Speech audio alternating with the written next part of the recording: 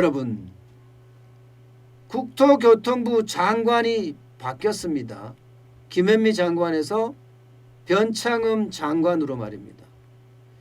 그러면서 계속 공급 카드를 꺼냈어요.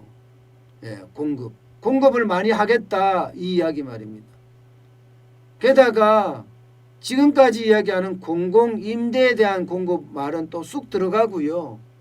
대부분이 역세권 중심으로 공급을 많이 하겠다 이런 얘기가 나오면서 드디어 쉽게 말하면 변창흠표 공급에 대한 이야기가 하나 나왔습니다. 무슨 얘기냐? 바로 역세권 중심으로 공급을 늘리겠다는 이야기예요. 보시는 것처럼 서울 전역에 8곳이에요. 8곳입니다. 지금 8곳이 다 보면 동작구 흑석동이죠. 동작구 흑석동 2지구고 영등포 양평, 영등포의 양평지구예요. 영등포면 한 이쯤 있겠네요. 양평 13, 양평 14 이렇게 있고요. 동대문구 용두예요. 동대문구 용두면 1지구에서 3지구까지가 있네요. 그죠? 432가구고. 그 다음에 강북구에 강북 5지구예요. 강북 5지구. 120가구네요. 예. 이렇게 8곳입니다. 8곳. 여기도 있네요. 관악구에 봉천 13도 있습니다. 169가구고요. 이거를 전체 다 여기 광화문도 있습니다. 광화문 신문로에 2-12지구가 있네요. 2-12지구. 예. 그리고 동대문구 신설 지역도 있습니다. 예. 신설 1지구. 이 정도 8개 정도가 돼요. 후보지가. 어저께 발표한 게 이제 8개 정도인데 이 가구 수를 다 더해 보면요. 한 1704가구 정도 됩니다. 1704가구. 이제 여기에다가 용적률을 높여 주겠다는 거예요. 450%로.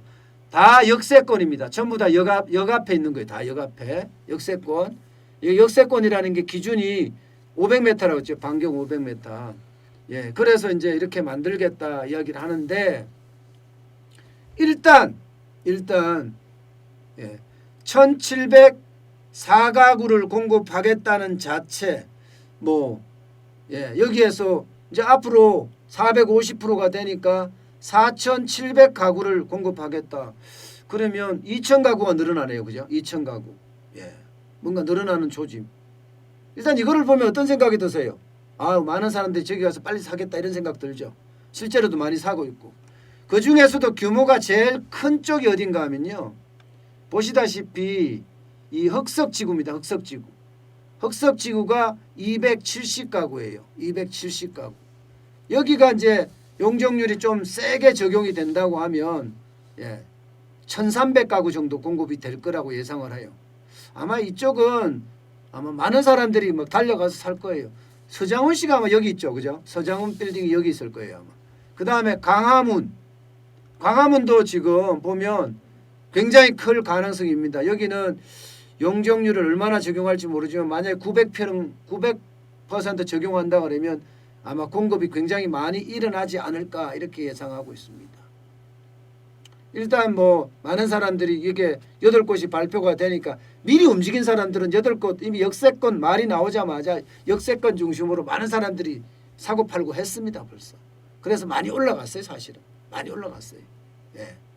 그런데 이게 이제 많으냐 적으냐 이게 공급에 효과적이냐 아니냐 이제 이게 문제잖아요. 그죠? 그런데요 여러분 일단 이 8곳을 제대로 추진하기가 쉽지가 않습니다. 역세권에는 여러분 제일 많은 게 뭐예요? 상가죠. 상가 주인들이 쉽게 이거를 동의해 줄 것인가 이게 또 만만치가 않은 부분 중에 하나입니다. 상가 주인들이. 상가 주인들은요 계속 상가를 해왔기 때문에 이게 개발이 되더라도 상가를 원하거든요. 물론 집까지 두면 더 좋고요. 근데 상가들의 동의를 받아내기가 쉽지가 않다. 이런 얘기가 가능하게 되고요. 또한 이 8곳은요. 쉽게 말하면 지난 10년 동안 사업성이 낮아서 방치됐던 곳이에요. 방치됐던 곳. 10년 동안 방치됐던 곳인데 지금 끄집어냈습니다. 왜 사업성이 낮을까? 당연히 용적률이죠. 부지는 작고 용적률은 낮으니까 결국은 용적률이 낮다는 것은 아파트에 공급하는 가구 수가 적다는 이야기니까 사업성이 제대로 안 이루어진다는 거예요. 그런데 이제 용적률을 높여주면 되겠다 이렇게 생각을 했지만 여기에 이제 공공재개발로 들어가잖아요. 공공재개발로 들어가면 기본적으로 증가하는 것 중에 많은 부분은 쉽게 말하면 공공임대주택으로 내놔야 합니다. 공공임대주택으로 내놨을 때 과연 그 지역에 있는 사람들이 재건축에 동의를 해줄까, 재개발에 동의를 해줄까 하는 이야기예요. 이것도 이제 걸림돌 중에 하나입니다. 걸림돌 중에. 제가 생각하는 걸림돌은 물론 상가를 가지고 있는 사람들, 이 사람들 걸림돌일 수도 있고 계속 합의가 쉽게 이루어져야 되니까, 또한 공공재개발이 되니까 늘어나는 물량을 전부 다 공공임대아파트로 돌리고 나머지 사업성이 조금씩은 주겠지만 20% 30%는 주겠지만 나머지 적잖아요. 거기에 나오는 게 입주민들 입장에서는 돈이 그만큼 많이 들어가잖아요. 공공임대아파트가 많아지면. 용적률을 높여서 가구수를 공급을 늘리는 것까지는 좋은데 여기에다가 공공임대아파트로 많이 뺏어간다 그러면 동의가 어렵다. 뭐 이런 문제도 있을 수 있다는 겁니다. 제가 생각해서는 제일 큰 문제는 그거보다는요. 이 지역들을 다 보면 찔끔찔끔이 조금조금해요. 쉽게 말하면 꼬마 재개발이에요. 꼬마 재개발. 아니 뭐 많아봤자 1000세대 넘는 곳이 한 곳밖에 없고요. 나머지 7곳은 평균 500세대예요. 평균 500세대. 아니 뭐 4700가구로 늘어난다고 하지만 정부가 지금까지 이야기했던 2만 가구 이 가능한가요? 겨우 2000가구만 늘어나는 그야말로 기대에 미치지 못하다는 이야기입니다. 기대에 미치지 못하다. 실질적으로 중요한 거는 이게 대규모 재건축을 해줘야 되잖아요. 대규모 재건축이라는 게 어디예요, 여러분? 여러분도 알다시피 여기 잠실이 한 이 정도 되나요? 이 정도 되겠네요. 이 정도. 탄천이 여기 있으니까. 잠실 주공 5단지. 그 다음에 여기 엄마 아파트. 그 다음이 청량리 같은 경우는 미주 아파트 요쯤 되죠. 이런 대단지가 있어요. 대단지. 아니 이런 데를 해줘야지. 이런 데가 참여를 안 했어요. 왜냐하면 공공임대아파트를 많이 한다고 하니까 이거를 뭐 들어가봤자 우리는 비용 부담이 더 많이 되고, 특히 잠실이나 엄마 아파트 입장에서는 임대아파트가 많아지면 많아질수록 아파트 질이 떨어진다고 생각을 하기 때문에 여기에 참여를 안 한 겁니다. 참여를 안 했어요. 결국은 이게 공급에 대한 문제잖아요.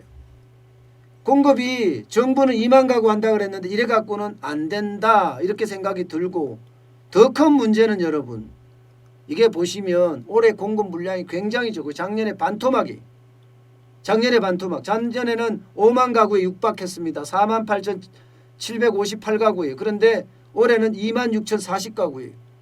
그러니 이게 반토막 났으니 가격은 올라갈 수밖에 없는데 공급이 그만큼 주니까 공급에 대한 이야기가 나왔지만 결국 제가 보기에는요, 모르겠어요. 아직 더 발표가 더 나와 봐야지 알겠지만 뭐 8곳 가지고는 찔끔 공급은 신용만 낸다.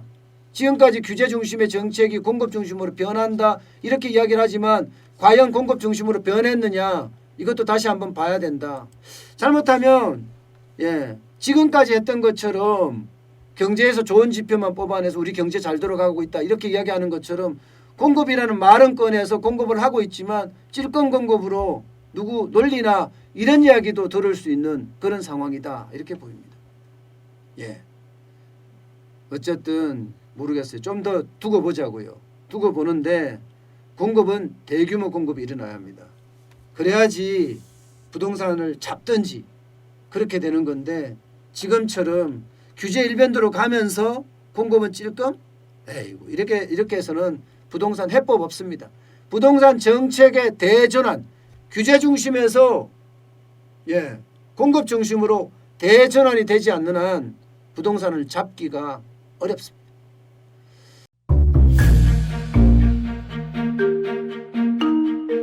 세종대왕과 샤넬 넘버5 벤츠 자동차의 최고급 기종인 마이바흐의 공통점을 아시나요? 바로 침향입니다. 침향이란 동남아시아에서 자생하는 침향나무가 상처를 입었을 때 스스로를 보호하기 위해서 분비시키는 침향나무의 진액입니다. 진침향은 태국산 침향과 러시아산 녹용, 그리고 국산 홍삼, 백봉령, 산수유, 당귀, 숙지향, 꿀로 이루어진 침향환으로 만성 피로나 또 스트레스, 기력이 저하된 직장인분들, 또 수험생들, 연세 드신 어르신분들이 드시면 좋은 환입니다. 진침향 여러분들께 자신있게 권해드립니다.